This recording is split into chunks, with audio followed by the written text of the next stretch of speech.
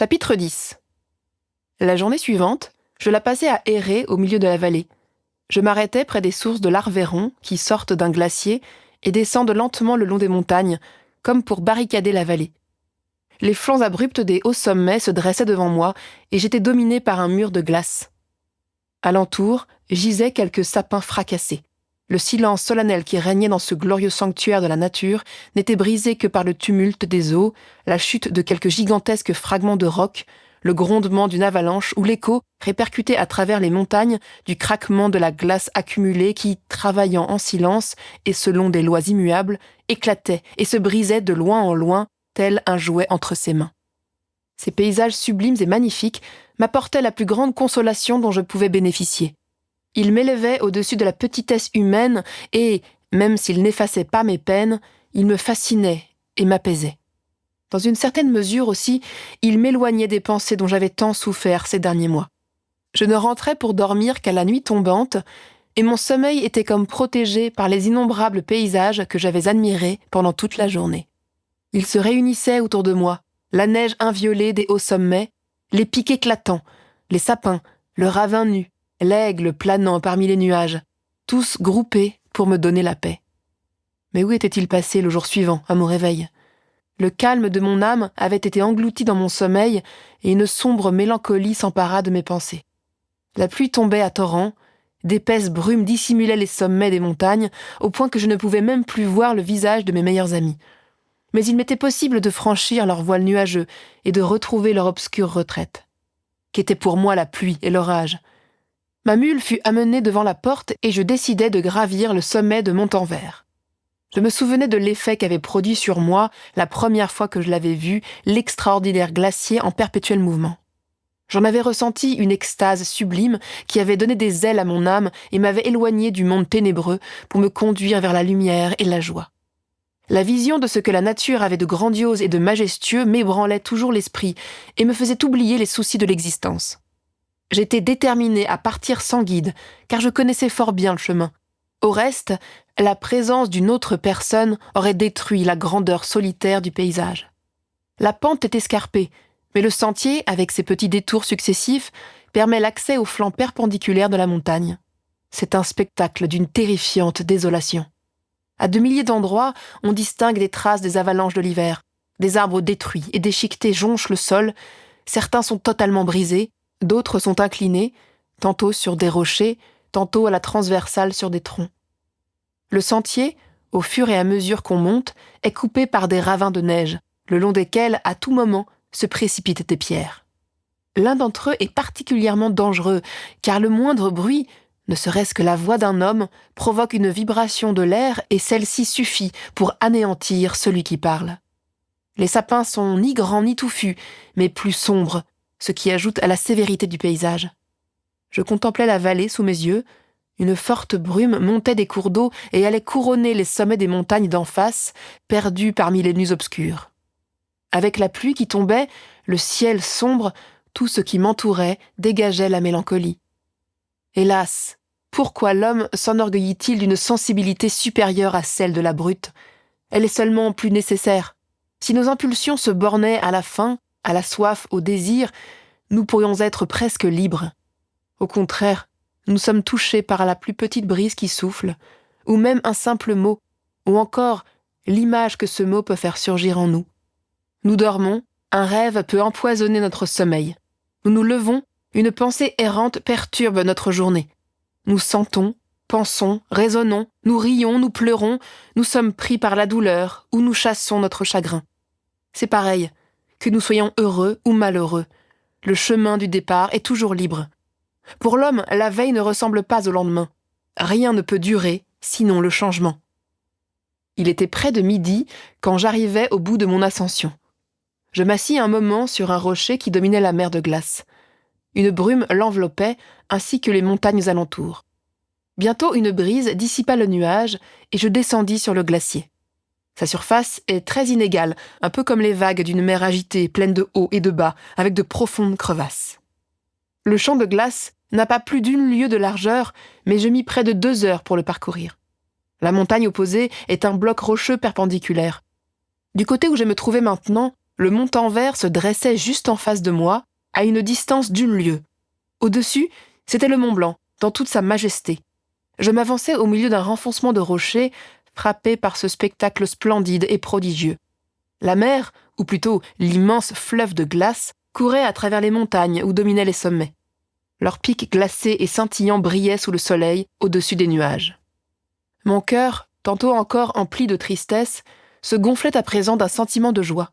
Je m'écriais « Esprits errants, si vraiment vous errez, ou si vous ne restez pas dans vos lits étroits, accordez-moi un peu de bonheur ou conduisez-moi comme votre compagnon, loin des joies de l'existence. » J'avais à peine parlé, lorsque j'aperçus soudain, à une certaine distance, la silhouette d'un homme qui avançait vers moi à une vitesse surhumaine. Il bondissait au milieu des cratères de glace, parmi lesquels je m'étais promené avec précaution. Sa stature aussi, tandis qu'il s'approchait, semblait exceptionnelle pour un homme. J'étais troublé. Un brouillard passa sous mes yeux et je sentis que je perdais contenance. Mais avec le vent glacial qui soufflait, je repris rapidement les esprits. Et je vis, lorsque la créature fut toute proche, spectacle extraordinaire et abhorré, que c'était le monstre à qui j'avais donné la vie. Je tremblais de rage et d'horreur, résolu à attendre sa venue avant d'engager avec lui un mortel combat. Il approcha. Ses traits exprimaient une douloureuse angoisse, mêlée de dédain et de malice, alors que sa laideur atroce avait quelque chose de trop horrible pour un regard humain. Mais je me gardais de l'observer. La rage et la haine m'avaient tout d'abord privé de parole, et je ne la retrouvais que pour exprimer ma fureur et mon abomination. « Démon !» m'exclamai-je. « Oses-tu donc m'approcher ? N'as-tu pas peur de ma cruelle vengeance ? Que mon bras ne te fracasse la tête ? Va-t'en, vile créature ! Ou plutôt non, reste, que je te réduise en poussière. Ah, si je pouvais, en supprimant ta misérable existence, rappeler à la vie ces victimes que tu as si diaboliquement assassinées. » « Je m'attendais à cet accueil, » me répondit le monstre. « Tous les hommes détestent les malheureux. À quel point doivent-ils me haïr alors, moi qui suis la plus malheureuse de toutes les créatures vivantes ? Toi, cependant, mon créateur, toi tu me détestes et tu me repousses, moi qui suis ta créature à laquelle tu es liée par des liens qui ne peuvent être brisés que par la mort de l'un de nous deux. Tu te proposes de me tuer. Comment oses-tu ainsi jouer avec ta vie ? Accomplis ton devoir envers moi, et j'accomplirai le mien envers toi et envers le reste de l'humanité. Si tu acceptes de te rallier à mes conditions, je te laisserai en paix, toi et tous les tiens. Mais si tu refuses, je me nourrirai de la mort jusqu'à me rassasier du sang de tous ceux qui te sont chers.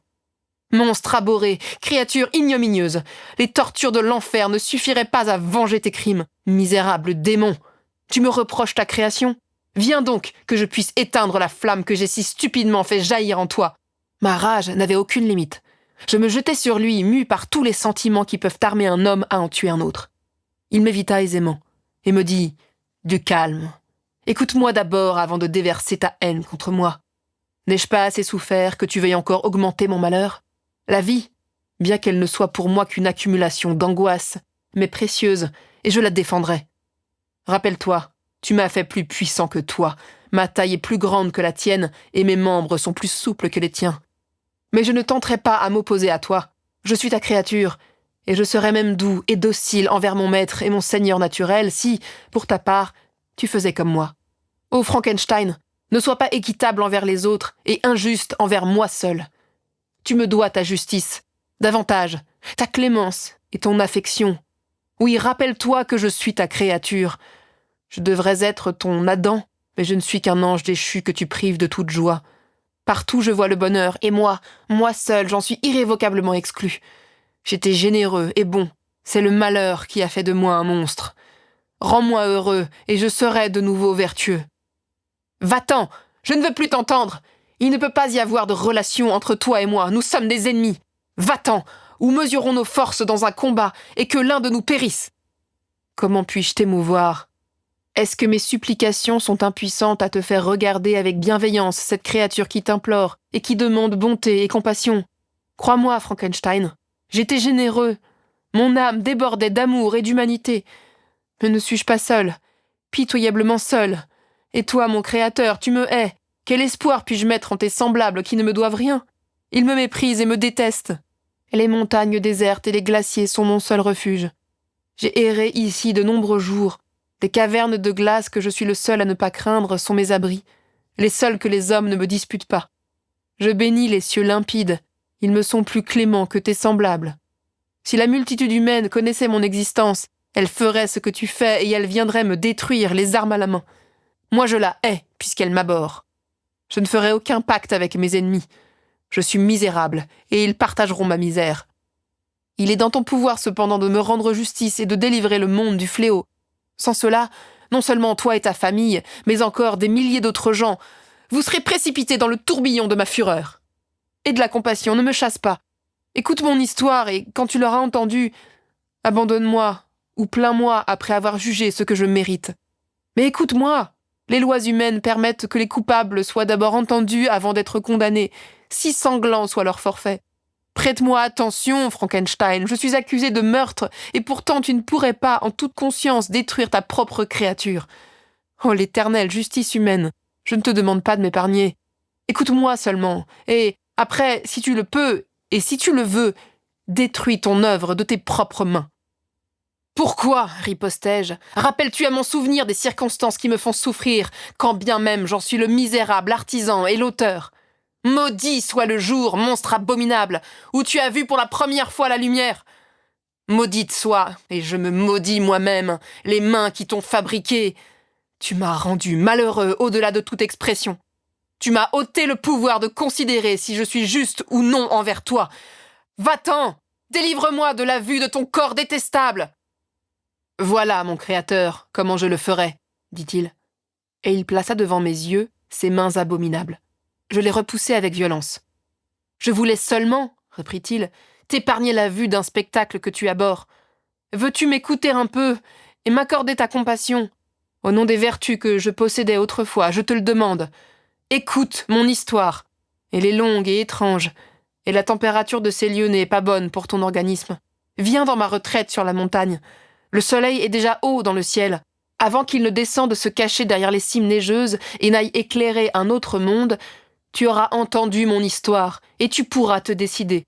Il dépend uniquement de toi que je quitte pour toujours le voisinage des hommes et mène une vie innocente, ou que je devienne un fléau pour tes semblables et la cause de ta propre ruine. Après avoir parlé, il se mit à avancer au milieu des glaces. Je le suivis. Mon cœur était lourd, et je ne lui avais pas répondu, mais, tout en marchant, je songeais aux divers arguments qu'il m'avait fournis, et je me décidais à écouter son histoire. J'étais en partie poussé par la curiosité, et la pitié avait entraîné ma décision. Jusque-là, j'avais supposé qu'il était l'assassin de mon frère, et j'étais impatient de savoir s'il allait confirmer ou infirmer mon point de vue. Pour la première fois aussi, je sentais les devoirs d'un créateur envers sa créature, et je comprenais que je devais m'occuper de son bien avant de me plaindre de sa méchanceté. Ces raisons m'avaient poussé à accéder à sa demande. Nous traversâmes les glaces et escaladâmes le roc opposé. L'air était froid et la pluie recommençait à tomber. Nous entrâmes dans la hutte. Le monstre avait l'air d'exulter. Moi, j'avais toujours le cœur lourd et j'étais abattu. Mais j'avais décidé de l'écouter et je m'assis près du feu que mon odieux compagnon alluma. Alors, il commença son histoire.